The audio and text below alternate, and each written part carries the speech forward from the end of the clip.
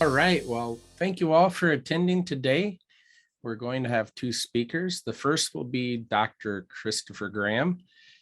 He's out of the Sturgis farm. He's the farm manager there now, but he'll be speaking on some fertility issues and managing those for wheat. Before Chris gets started, I'd also like to just remind you all that after each speaker today, we'll be having a short poll. We ask that you please participate in answering those questions. They help us further develop this program as well as others down the road. At the same time as the poll, we will also be putting up the QR codes for the CCA credits. So if you are here for those, please make sure you have a QR code reader or are able to take those down. And so without any further ado, Chris, I'm going to turn things over to you.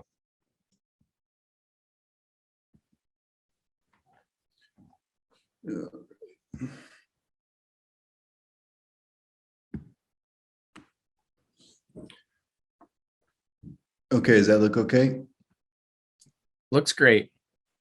Okay, great. Thanks, Adam. Yeah, good morning, everyone. As Adam said, I'm Chris Graham. I'm an associate professor and extension agronomist with SDSU and also the manager of the West River Research Farm, which is just a few miles east of Sturgis. So today I'm going to be talking about nitrogen fertility in wheat. I think the official title was a bit more ambitious than I was ready for, so I shortened it back to just the nitrogen part. But I think it's timely, given that the price, particularly of nitrogen, has been it's been much ink spilled on that topic lately, and a lot of discussion, a lot of consternation from farmers. Wondering what's going on exactly with the nitrogen prices. So as you can see on this graph here, this is showing nitrogen prices going back to 2008. On the y-axis, it's the cost of nitrogen per pound. And so these are three different nitrogen products. You have UAN, which is that light blue line here. The dark blue line is urea granules, and then the green line is anhydrous ammonia. And so anhydrous typically runs lower than the other two, or cheaper than the other two. But for the last, 5, 6, 7 years, it's been relatively stable in the nitrogen market. But, where prices kind of hover around 40, 50 cents per pound of nitrogen. But as you can see, towards the end of the late fall of 2021, we started to see these enormous spikes here, and it quickly eclipsed the previous peak back in 2012. So right now, it seems to have maybe leveled off a bit. Your guess is as good as mine. But they're hovering right now, still at prices that are record highs. Where I said they were typically around 40, 50, 60 cents per pound of nitrogen. Right now, we're running at 95 cents to $1.10 or so. You can just see there on those bullet points, MAP year over year, MAP is up 72%. Urea is up 148%, and UAN is up 179%. So obviously, with these increases, it's caused a lot of problems for farmers, or a lot of concern. And this is why, really, this graph illustrates that. So this is the fertilizer costs as both a percentage of operating costs, and then the total dollars amount that the USDA estimates. And this is a kind of a nationwide poll, so it's not maybe totally accurate for our region. But as you can see on the left axis there, the y-axis, that's the dollars per planted acre. And of course, corn requires a lot more fertility, so it's typically higher. But there you can see wheat next to it. Like I said, $40, that seems actually a bit low to me. But you can see relative to other grains, it's comparable to oats, barley, etc. Now on the secondary axis on the right-hand side, the fertilizer as a percent of operating costs.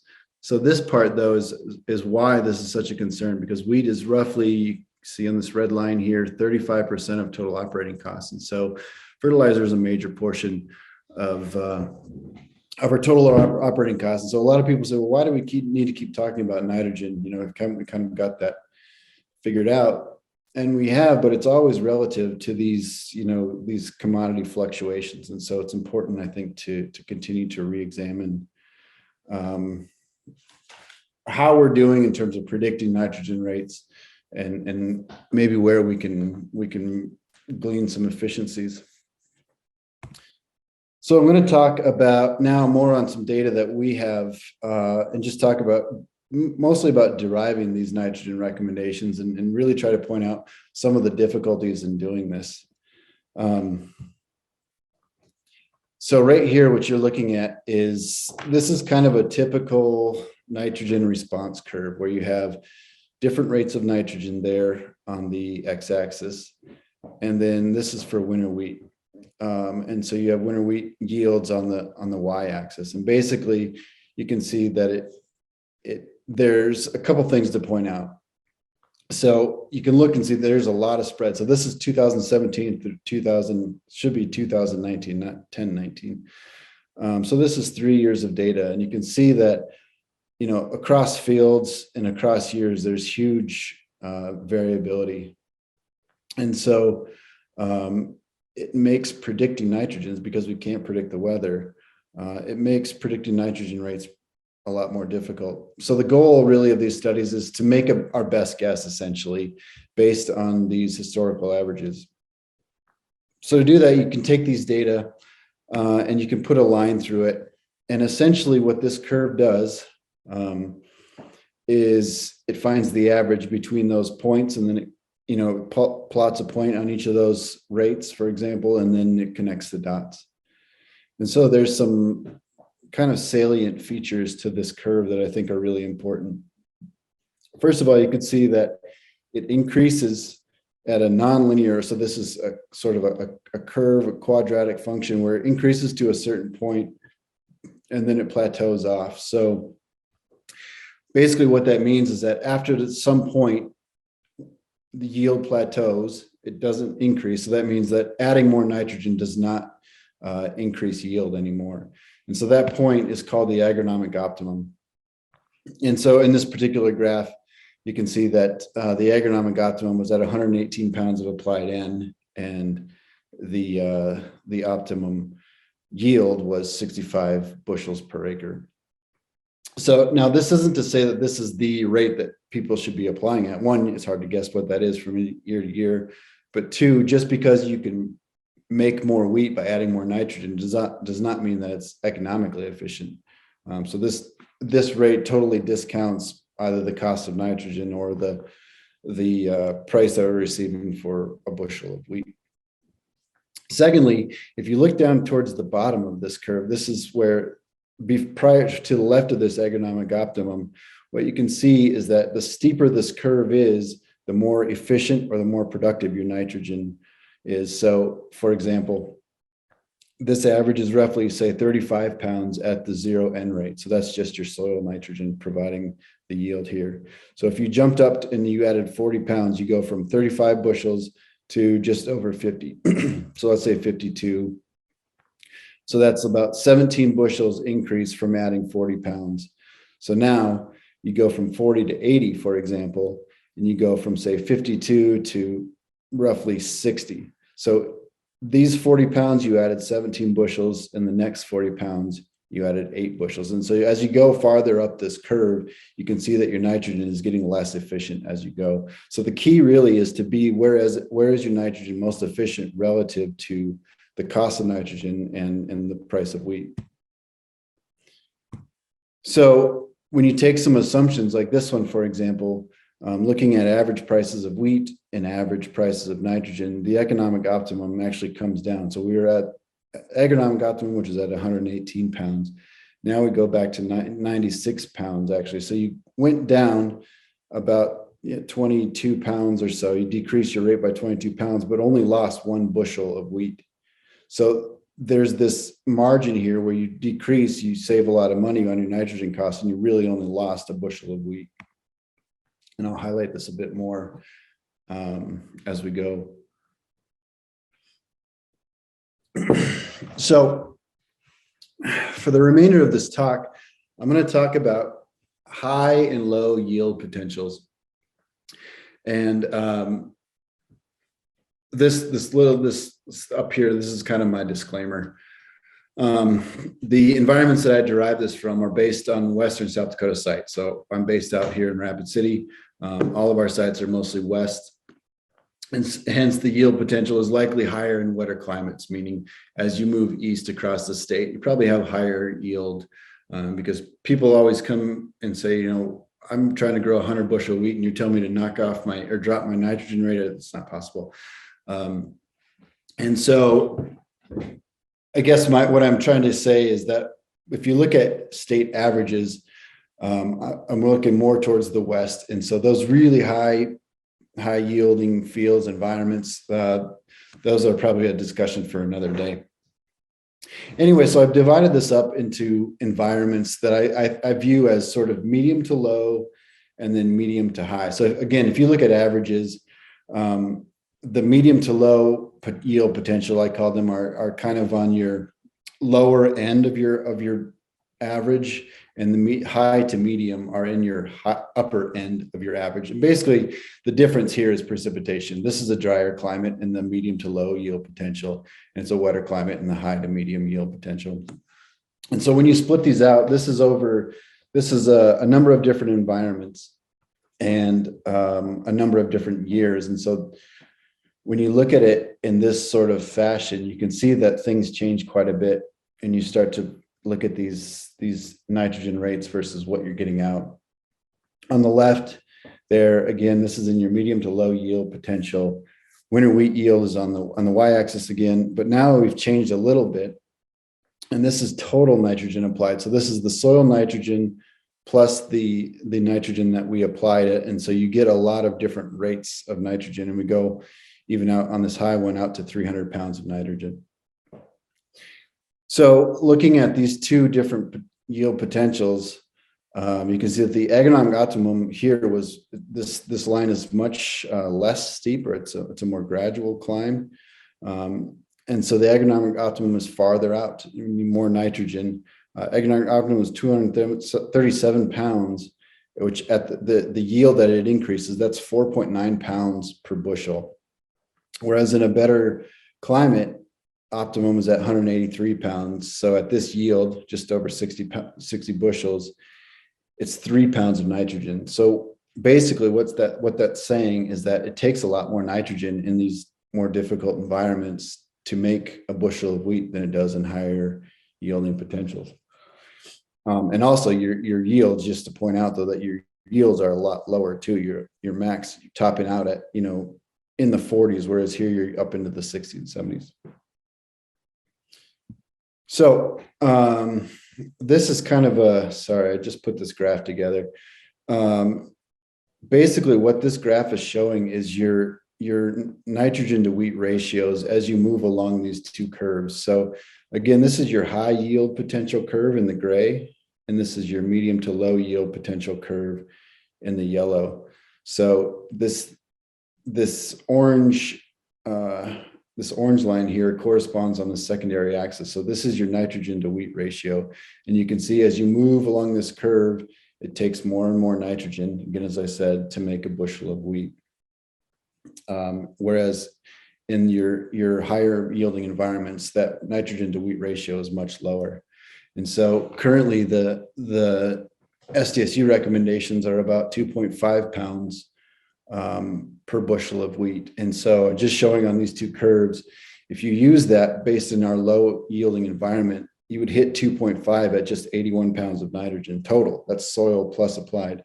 Whereas in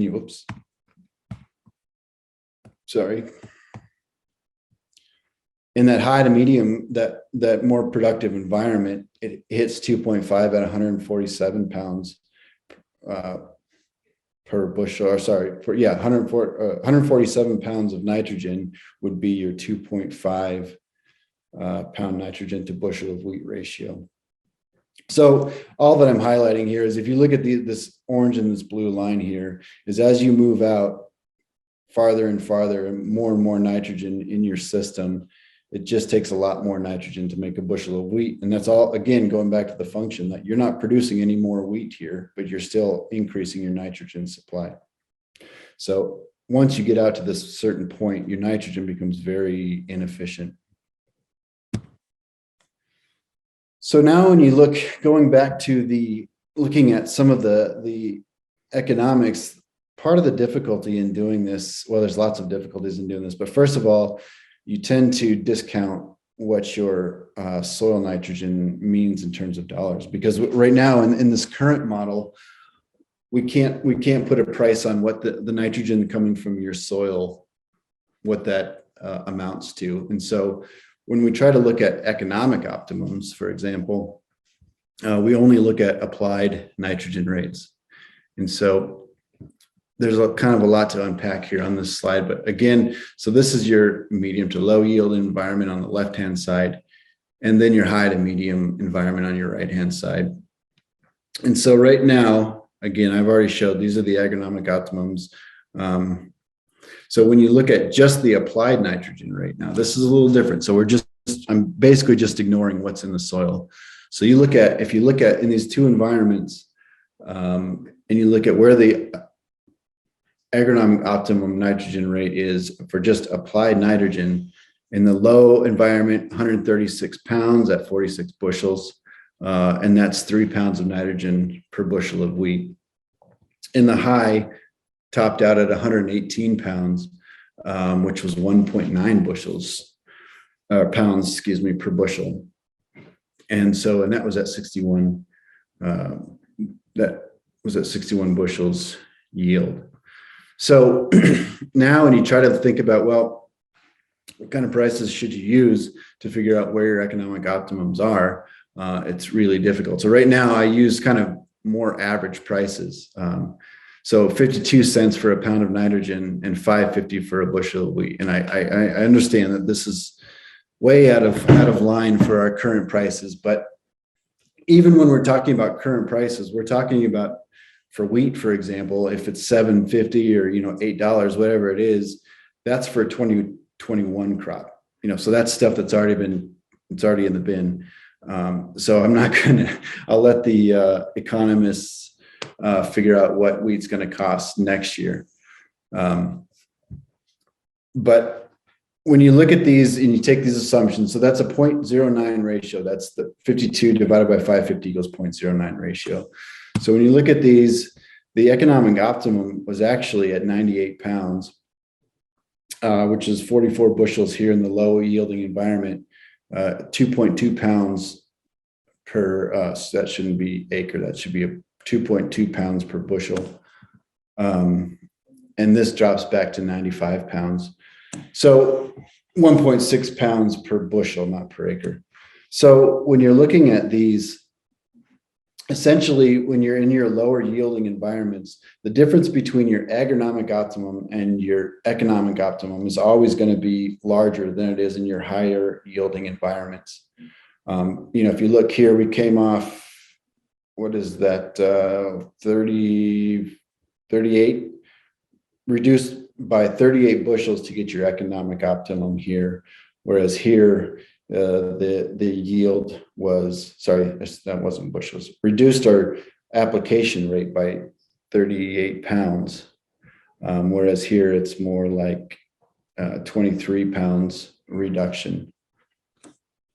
So the point I'm trying to make here really is that in your higher yielding environments, you can come off of your agronomic optimums and still make more money than you would by applying more nitrogen. But in your lower yielding environments, it's typically that spread is greater when your price of nitrogen is increasing. So this is kind of just written out in words what I just said. So at your agronomic optimum in your low yielding environment, 136 pounds was 46 bushels. So that's 46 times the 550. Minus your fertilizer price, you get 182. Whereas on the economic optimum, again, you reduce your nitrogen rate, you reduce your yield by 2 bushels. So that's 44 times 550. So, roughly $9 or so difference increase by coming off. Whereas in the higher yielding environment, obviously you're making more money because you're bushel, your yields are much higher, but saved about $6 by dropping off, 23 pounds of nitrogen, only losing 1 bushel. So this is just a graph looking at the changing economic optimums at different optimum nitrogen rates. And so basically what this is trying to show is, you can see this blue line here is the medium to low yield, whereas this orange line is your high to medium line. And this is at different rates of nitrogen to wheat. Where would your economic optimum fall? So basically what this is saying is, nitrogen gets more expensive on your x-axis. Here's how your optimum nitrogen rate would decrease relatively. And the thing that's important to look at on these two is the slope of these two lines. And so in your high to medium, in your high to medium line, it's a more gradual decrease. And so your economic optimum rate decreases by about 3 pounds for every 0.01 increase in your ratio in the high to medium, whereas it decreases by about 4 pounds for every 0.01 increase in your medium to low. So right now we're kind of around this 0.13 ratio. So we're coming out. This is where we would fall on the current. Again, where you sell this winter wheat at and what you paid for your nitrogen could be dramatically different from what we're at right now. So again, this is kind of what I was saying, but in low yielding environments, they're much more sensitive to the price of nitrogen, whereas in high yielding environments, the economic optimum is much less sensitive to the price of nitrogen. And so basically what I'm getting at, though, is if you look at the optimum nitrogen rates, even at very high nitrogen prices, this rate is not 0. So the point, I guess, that I'm trying to make is that, despite current high prices, it's still economical to apply nitrogen, particularly in your high yielding environments. The benefits and the economic benefits far outweigh the downside of not applying nitrogen or cutting way back because you think nitrogen is too expensive. So this is a little bit of a detour here. I just wanted to show, again, this is another slide where there's a whole lot to unpack here, and I'm starting to run low on time. Basically, this is a graph that I took and used all of our control plots. So in our control plots, there's no nitrogen applied. So all the yield comes from the soil-derived nitrogen. And then I took it, and there's 2 different plots. So the orange, these are yields observed in the 0 rates in the low yielding environments, and the blue dots are in the high yielding environments. So the lines on top, or the numbers on top of each of those, this is the organic matter that corresponds to that field. So this one had a 3.3% organic matter, 1.7, 1.8, 3, 6, 4, 4, 5, 2. So a couple things to point out, aside from this one, which is kind of a goofy one, that field was odd anyway.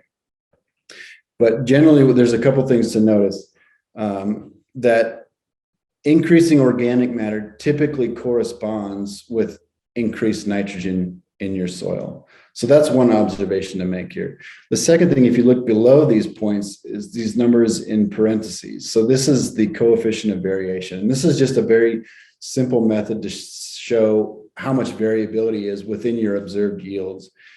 And basically it's a spread from 0 to 1, 1 being there's no variation at all, and 0 being, saying that backwards. 1 being very high variation, 0 being no variation. So this is, you can look at this as a percentage as well. So like, for example, this one 0.02, it would be, you would expect any 1 point to deviate about 2% from the mean. Whereas down here, it would be about 29% for any 1 point to deviate from the mean. And so the thing that I'm trying to highlight here is that as you go from lower soil nitrogen, lower organic matter, typically, excluding that one. You see much less, 0.2, 0.9, even 0.17 here, much less variation as you increase your nitrogen and soil organic matter. So if you want to have a little soil health plug, the thing that you can pull out of this is that organic matter typically leads to reduced variability in our observed yields. The next thing to show on this is that these lines here, these are the regression lines on these different points. And so you can look at this equation and it says that y equals basically on this as our nitrogen increases. So every 10 pounds of nitrogen, for example, our yield increases by about 3 pounds here in the higher yielding environments. So in lower yielding environments, however, it's much lower. This R squared value also shows how well this line fits the points. And so it basically says as this number gets closer to 1, that there's a better relationship between your x-axis. So in this case, soil nitrogen predicts yield quite well in higher yielding environments. In lower yielding environments, this is a very low R squared, which means that there's a very low correlation between our soil nitrogen and our yield. And so basically this relationship holds much stronger in higher yielding environments than it does in lower yielding environments. And I guess the take home point here really is that in lower yielding environments, your soil nitrogen supply contributes much less. You can see that yield doesn't increase all that much as you increase your soil nitrogen, which basically means that in lower yielding environments, in dry environments, most of your yield is coming off of your applied nitrogen.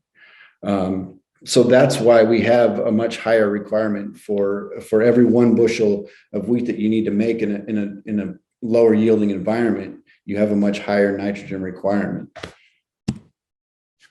So I'm already running pretty low on time. I wanted to go. I'm sure a lot of people are screaming out, what about protein? If you start dropping your nitrogen rates, you're going to start losing protein. And so these lines, this basically shows the relationship that as you have more nitrogen, you have more protein. I think that's pretty well established. In our medium to low environments, we hit 12% protein at 110 pounds of total nitrogen. In our higher environments, it was roughly the same. But the only difference is that you can make more protein. It only takes about 50 pounds to increase protein by 1%. Whereas in your higher yielding environments, obviously there's that dilution effect, where it takes about 70 pounds to increase protein by 1%. And all that I'm saying here is that 110 pounds, that's the average. So you can look here and see there's plenty that still hit below 12%. So I'm not guaranteeing that if you have 110 pounds, you're going to have 12% protein, but that's just where the average is. Sorry, I'm going to skip a few slides. This one, we can skip here. John Kleingen, Dr. Kleingen talked about this yesterday about adding protein.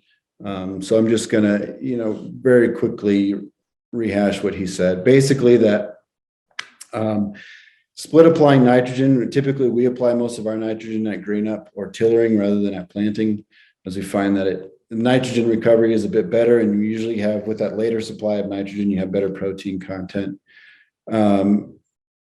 Good research has shown that you can apply, 10 gallons of UAN, which is about 30 pounds of nitrogen, with 10 gallons of water, and you can get a protein bump with your post-flowering application. I don't think this is utilized very often because the economics of it are a bit suspect, but we typically expect about a 0.5% increase from these types of things. And of course, it depends on what the protein premium and discount is. And variety matters quite a bit. The variety trials that are conducted across the state highlight that pretty well, that there is certainly a varietal difference to protein content. So just to kind of conclude here, we always say this, but it's important to use realistic yield goals, not aspirational yield goals. I think one of the common practices is the Olympic average, which if you take 5 years, you drop the top and you drop the bottom, and then you take the average of the middle 3. The old adage, I think, is still really useful for looking at protein. watch those weekly crop reports from the southern states. You can start to see Texas, Oklahoma, Kansas, what it's looking like for protein, and if there's going to be a premium or if there's going to be a discount. You can kind of get a sense for that, and possibly still make an in-season addition if you were so inclined. What I'm showing here is not recommendations. I just want to highlight that there may be some opportunities to cut back on nitrogen. But the current wheat prices, they're such that if they stay high, and who knows, there's a lot of wheat that comes out of Russia and Ukraine, for example. And so the markets are very uncertain. So it could be quite detrimental if you cut back too much for the weight. And it's not economical either, even if you're trying to save money. And I always recommend, if you want to just look at it at a small rate or a small field or a strip, just use test strips and back it off a little bit and see what it comes out at, particularly in our highly productive organic matter areas. That's where we can start. We talk a lot about soil health. We should start pushing our soil health where we're increasing our organic matter. Let's let that soil nitrogen provide for us in these times, especially now when nitrogen prices are high. So never hurts to take an area and just look at a small test strip. So that's my contacts. My time is up. I'm going to go ahead and stop sharing here. All right, Chris. Well, thanks a lot. And if anyone has any questions, feel free to type those into the Q&A. I am going to throw up the CCA credits for Chris at this time. And then there's also the poll to answer. So feel free to do that. And we'll give you just a few minutes here to answer the poll, get your CCA credits, and ask Chris if you have any questions. And once we wrap this up, we're going to move on to Connie Strunk, who's our next presenter for today. So I'll give everyone just another minute here to finish up the poll. Looks like the poll is ended. So in another minute here, we're going to move on to Connie. So Connie, if you want to get your slides ready, I'll let you share here in just a minute. All right, let's go ahead and end the poll.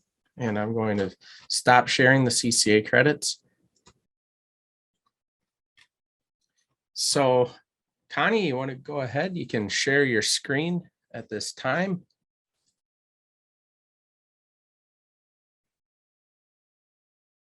And so our next speaker is Connie Strunk. She is our plant pathology field specialist, and she is stationed out of the Sioux Falls Regional Center. And as you can guess, Connie's going to be speaking on wheat diseases today. So Connie, I'm going to turn things over to you. Well, thank you, Adam.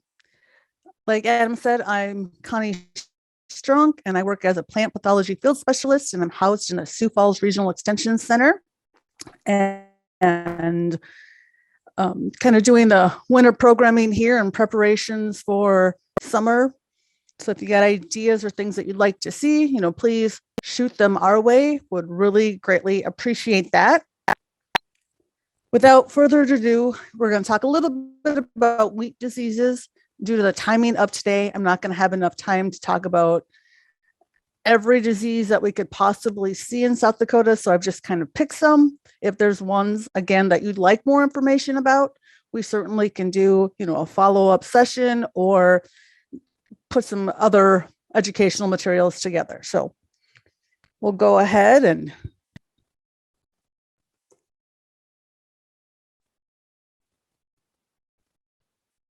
having a bit of a lag with there. All right. Before we kind of talk about wheat diseases, I just want to briefly, remind everyone how fungal diseases develop. When we have disease, we have three things that need to be in play in order for disease to take hold. We need our susceptible plant or our host plant. So in this case, wheat. We need our pathogens. So that could be things that have overwintered as fungal diseases or things that are blowing up. But the key is we need that right environment, that right moisture right temperature for that disease to take place. Generally, if we have some moisture, we're going to see some disease. This applies to our fungal diseases. So again, our fungal disease development really depends on the weather. That's a huge key. So when it was hot and dry, we did not see much for diseases out there. And then it depends on your host plant and the susceptibility. So when you're making your selections for what to plant for the coming year, really take into account your disease package. And then the other would be our inoculum or our viable spores. So is it residue borne? Is it blowing in? Those type of things. So that's what we really think about when it comes to disease development. Keeping in mind that a fungicide is a tool that we're able to use, but it's only for a fungal disease. And it works by protecting the leaves and like stems of the wheat plants. So as we kind of get going, as we look at the wheat plant here, in red is where we're finding some different disease, right? Or disease pest problem. When we look at that look at the roots and those lower inner nodes, that would lead us to believe that we're working with either a soil-borne or root rot type pathogen. As we move up the plant to those lower leaves, that is where we want to deduce, or as you're scouting, would help indicate that you're probably looking at a residue-borne disease because it's lower to the ground. We've had that right environment, the moisture, whatnot, to get those spores to move up into that plant. So we tend to see those residue-borne diseases early. And then on the upper leaf surfaces, we tend to get those, they're still fungal. They just tend not to be residue-borne if you're only finding them up at that flag or the top. They tend to be more of the ones that blow in, so a lot like our rust. And then you see at the heading or kind of flowering, we worry about diseases that blow in during those reproductive phases, such as Fusarium head blight or ergot, are ones that we would find during that flowering time frame. So that kind of helps indicate what type of disease that you may be working with and making some of those treatment selections. So real briefly, when we work with seed treatments with fungicides, they'll act as a protectant or a contact. They're effective only on the seed surface. They generally have a short residual within the plant. We're working with some seed surface-borne pathogens, and they do provide some level of control for soil-borne pathogens. The other type of fungicide seed treatment that we work with is a systemic seed treatment, which are absorbed into that emerging seedling. And what it does is it will inhibit or kill the fungus inside and outside those plant tissues. And so, on the screen here, just a few examples of the seed treatment, but I just really want to just kind of indicate how they work, because, you do the hard work of making your seed selection, taking a look at the disease package, but sometimes you may need to apply that seed treatment to kind of look at setting up a good base. If you kind of think of like a pyramid, you want a nice solid base or foundation for your plant yield and health. So that's just one of the things that we can do to start it. Now, what a seed treatment does not do is it's not going to compensate for poor quality seed, and it's not going to last all season. And one seed treatment is not going to cover all of the different pathogens. So that's where taking a good history or note of what you have out there or have worked with previously is key. But enough about the seed treatments. When we work with the fungicide, again, works with the level of disease severity, really works with the susceptibility of the variety planted, your inoculum density, the weather, and then the growth stage, as we kind of briefly talked about. Real briefly, I get asked a lot, when is it profitable to apply a fungicide? Well, generally what we see here in South Dakota is if you're in the same crop, meaning you don't have a rotation. So if you're wheat on wheat, corn on corn, soybean, that's when we would see more profitability with the fungicide. Minimum tillage, if you have got crop residue on the surface, if you planted a disease susceptible hybrid, if you've had a history of different diseases or that prolonged wet weather. When would be a good time to apply those fungicides to control diseases? Well, with our timings, we have what we call our early season tillering timing. And we tend to say that this one is only needed if you're on a no-till operation where there's just, a lot of residue, if you are on wheat, or if you're starting to see stripe rust develop early. That disease can be quite devastating, so we'd want to use a fungicide to work at controlling that disease at that point in time. So that's generally what we would recommend for that tillering or that early season time frame. Our big ones that we have to watch for is watching for the disease on the flag leaf. So we encourage scouting, the flag -1, taking a look at the flag. We really want to protect that flag leaf from those foliar fungal diseases. And then again, our heading and flowering time frame.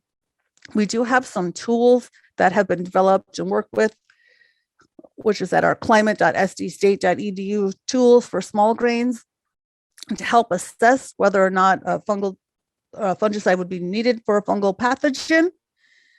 And then we do have, the flowering time frame where we really watch for scab. We're concerned about that dawn level. So there is a predictive model that is also established to help let you know whether or not a fungicide would be needed for that scab control. Now, there's a couple of things with the timing, with our flag leaf. Not all the time is it a given that you have to actually apply that fungicide.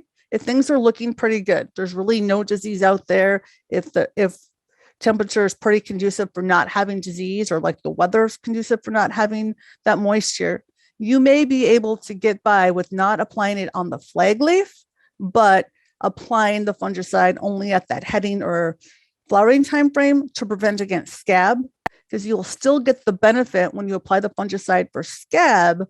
You'll still get the control at that time on those flag leaf with diseases. So that's just something to kind of think about there. But it is something that, in South Dakota with our weather, we really want to, pencil in that flowering time application for scab, and then again, protect the flag. So those are our two major timings for wheat. Some of the diseases that we see here in the state, we have tan spot. On the photo here, it is a residue-borne disease, so we tend to see it on those lower leaves first. As you're looking at the lesion, it's kind of a diamond shaped with a bit of a yellow or necrotic halo around it. So it is very distinctive to tell. Again, you're going to see it oftentimes at the lower part of the plant. So it's an indicator there. Fungicides do work to control this disease. A look-alike to tan spot is Staggernospora leaf blotch, but it will not have the characteristic halo like the tan spot lesions do, but they look a lot the same with that dark center and some, a little bit of necrotic around it. So again, another fungal disease. Want to pay attention when you're out scouting, making the fungicide applications to help control any of these early season diseases. Another early season disease that, depending on how bad or how much you see out in the field and what the weather really is doing, you may need to utilize a fungicide for, is powdery mildew. It is pretty common in heavily tillered fields with more of the high soil fertility and the frequent rainfalls, because then it causes a lot of humidity. And so that humidity allows that powdery mildew to develop. And you're going to see like a white kind of powdery surface or substance. You may even see some darkening as that pustule gets a little bit bigger, but you'll see that mycelium grow there, and you're going to see that white powder effect on there. If you have airflow to go through, that will help dry things out. When the rain stop, it tends to put that disease a little bit in check. But again, if we have frequent rainfalls and you're seeing it really early, a fungicide might be needed to stop the progression of this disease out there. The one that we indicated that we do have to really watch for, especially in early season tillers and plants, would be stripe rust. It does not overwinter here. So that's the nice thing with our rust. They do blow up from the southern states. So we are watching and scouting for that. With the stripe rust, if you kind of notice on the picture, they look just like a stripe or like a bunch of sewing stitches, if you will, down the leaf. So there's just go, up and down, perfectly kind of aligned within there with the pustule. That would be stripe rust. It can be on the leaves. It can be on the stem. I mean, you can see it anywhere within the plant. But you really want to apply a fungicide if you're starting to see stripe rust develop early, because this disease can be quite devastating out there. The other disease that we tend to see, is common rust. We see it a little, earlier in the season. It likes it a little bit cooler, but it likes that moisture, more kind of scattered throughout on the leaf. So this is what we're looking at, common rust. Depending on how much pressure and how weather conditions are, a fungicide is able to control common rust, just like stripe rust. Common rust does blow up into our canopy or into our wheat field. So that's something that we need to just watch for. So we do have some diseases that overwinter here, and we have to check, constantly kind of check for them. But we also have to be aware that there are some diseases that may blow in, and they develop if those weather conditions are conducive for that disease opportunity to take place. At the flowering time frame, we watch out for Fusarium head blight or scab. This is a few different heads of scab with different amount of disease on here. With scab, it can be where it causes tombstone kernels, lower like test weight. As we look at the scab, we want to make sure that we're not applying a strobilurin. We were looking at the triazole to really work with controlling this disease. We want to prevent the dawn level from developing. You're not going to see the dawn, but that is something that would be tested for after harvest. If dawn is found to be there, there's limitations for feeding livestock. There's limitations for human consumption. So it's just something to be, on the lookout or watching for. With scab, it can go, anywhere from the base of the head on up. So typically, flowering starts in the middle of the head and kind of works its way up and down. Well, as the scab, as Fusarium head blight, lands and works this magic for the disease to take hold, it could be at the base. Generally, if it's at the bottom of that head, it's going to take out that entire head due to scab. But you can find scab at the top. You can find it attached to one spikelet, one glume. It can be pretty random within the heads. Our timing for scab, again, is only during that flowering time frame, because that's when this disease will move in and clicks things on and works with just taking over within that plant. We're able to make a fungicide application to help prevent this disease, but keep in mind that our fungicides, our best fungicides, about 70% effective out there. So timing of this disease is really key, because you'll have your main stem and then you have the tiller. So you have to make that decision. Not everything will flower at the same time. You kind of need to make that decision of when's the best timing and how much are you going to attempt to protect out there. If you miss the timing window for this disease, we really reduce the amount of protection that is out there. The other disease that we have seen kind of spotty throughout the last number of years is some ergot developing. Again, this disease also likes it during that flowering time frame with moisture. So again, those dark sclerotia bodies, when you'd go to harvest them, you may have to kind of screen them out, but they can remain in the soil and causing issues for that next growing season. And this is where seed treatment would be key if you're looking at trying to save any of the seed. One of the other diseases, it's not a fungal disease, it is a bacterial disease, so it's not going to be effective by fungicides, is bacterial leaf streak. This inoculum for this bacterial disease may come from seed or infested wheat stubble. Symptoms are usually seen after flag leaf. So you'll start to see it on flag leaf or after flag leaf emergence is when we tend to see the bacterial leaf streak. Again, symptoms can really make that plant look pretty bad, from small lesions to long elongated yellow to almost a discoloration, with the dead, like dying dead tissue, the water soaked appearance. So it can be quite drastic out there. But with the bacterial disease, we're not able to apply a fungicide for that. Other couple of diseases that we have here in the state and we work with, we have barley yellow dwarf, which is a virus, and then wheat streak mosaic virus, which is also a virus. As we look here at the screen, we've got barley yellow dwarf on the left, and we got wheat streak on the right. A quick rule of thumb, if you're out scouting your field and you're kind of seeing these kind of a bright yellow or a green yellow appearance on the leaves, if you're seeing that on the lower, like tillers, the lower, let's say 2 leaves of the plant, generally you're probably looking at wheat streak in the field. If you're seeing that yellowing or flagging, if you will, more on that flag leaf or the flag -1 leaf, you are most likely probably looking at barley yellow dwarf.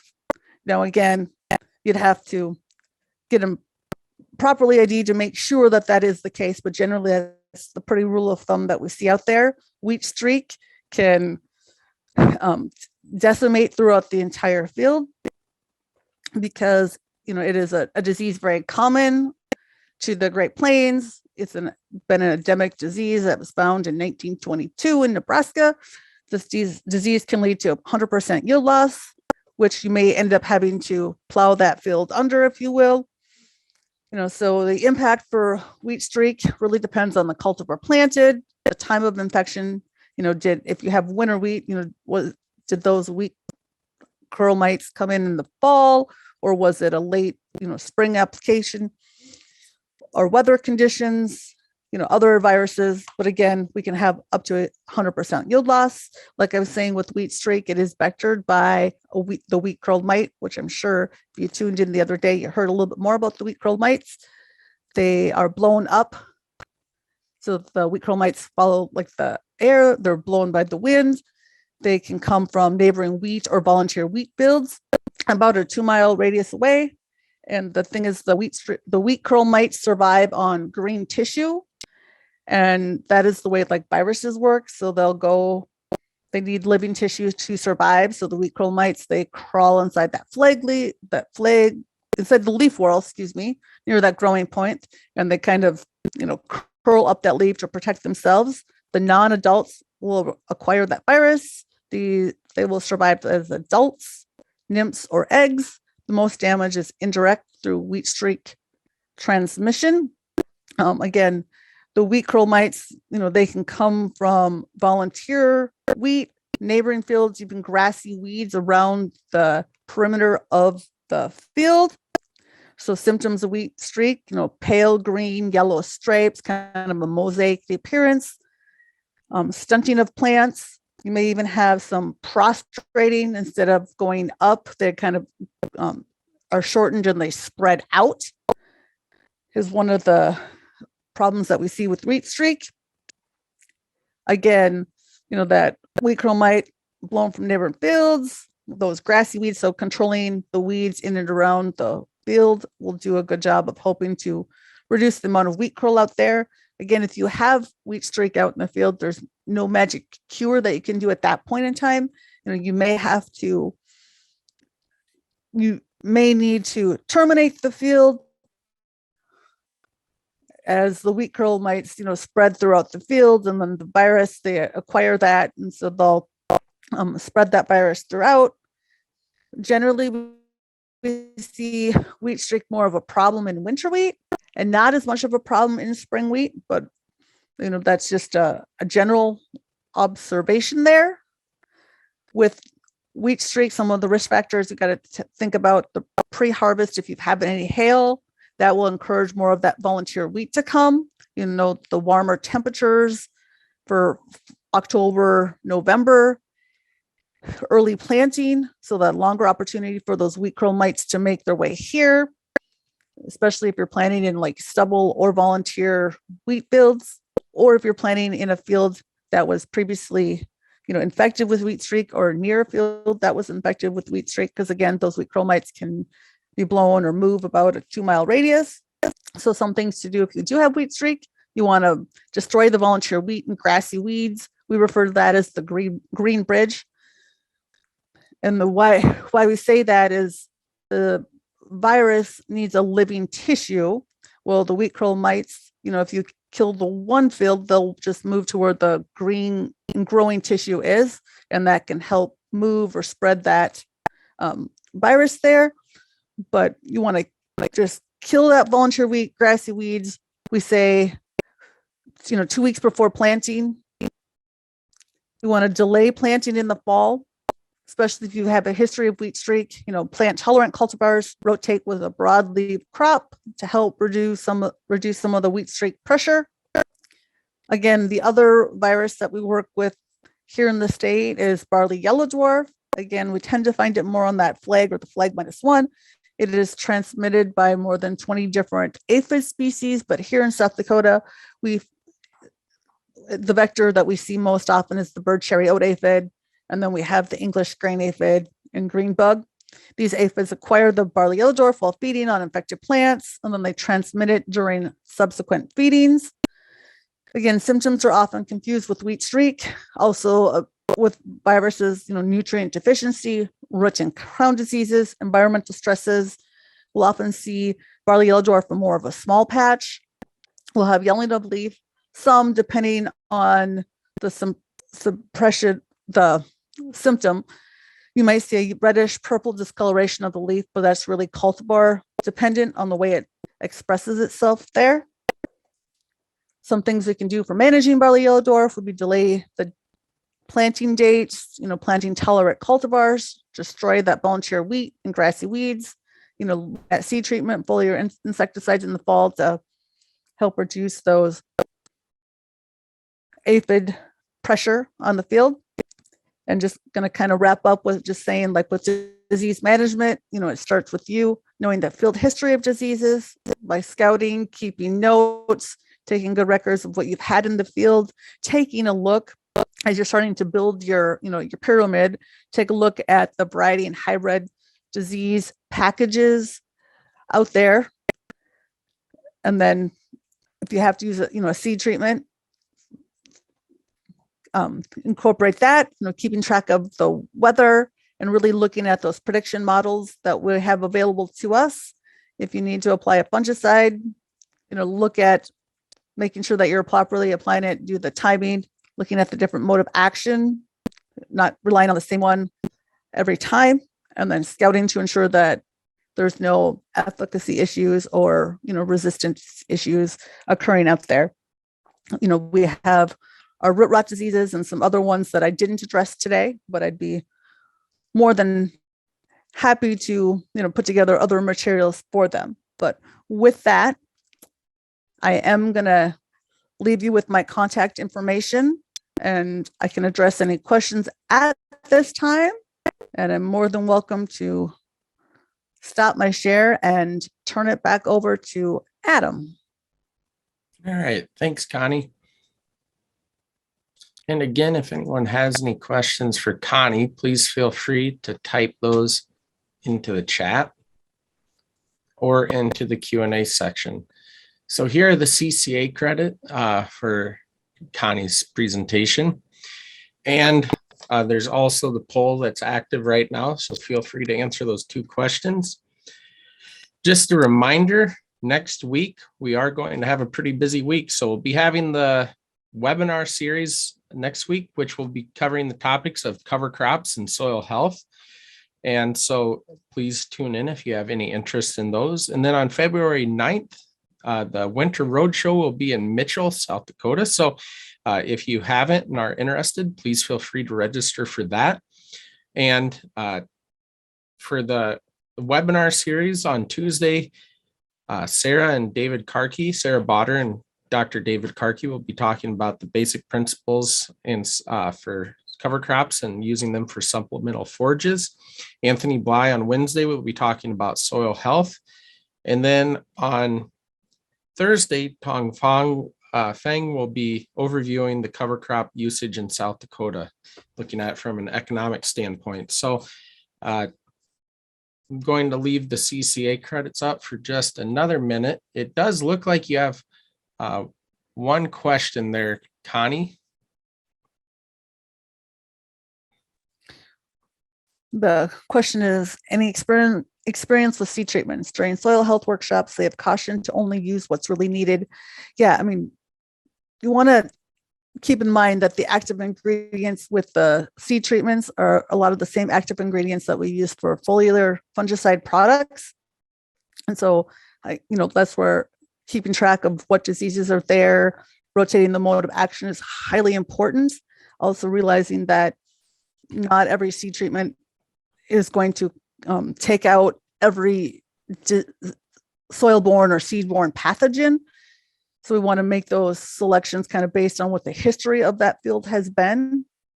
They're not the answer for the whole season control out there. So, seed treatments are there, but again, the biggest concern is that they do have the same active ingredients as the foliar fungicide. So that's just something to take care of. But would be happy to visit more if you were looking for a different type of response.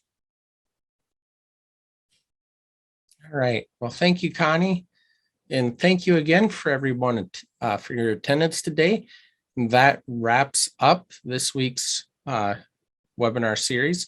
So please feel free to tune in. We have more to come next week and a few weeks after that. So thanks again to our speakers, and I'll go ahead and close today's session down. Thank you.